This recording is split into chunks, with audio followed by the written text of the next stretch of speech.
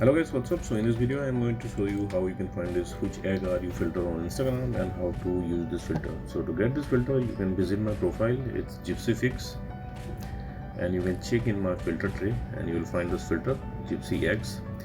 If you can't see my filter tray, you can refresh my page by dragging the page down, and this is the filter. Tap on it, Gypsy X.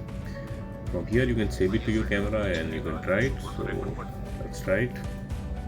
So to use this filter, you have to press and hold the record button. If you want to record, then you have to tap on the screen to start the effect. So I'll not be recording, just playing the effect.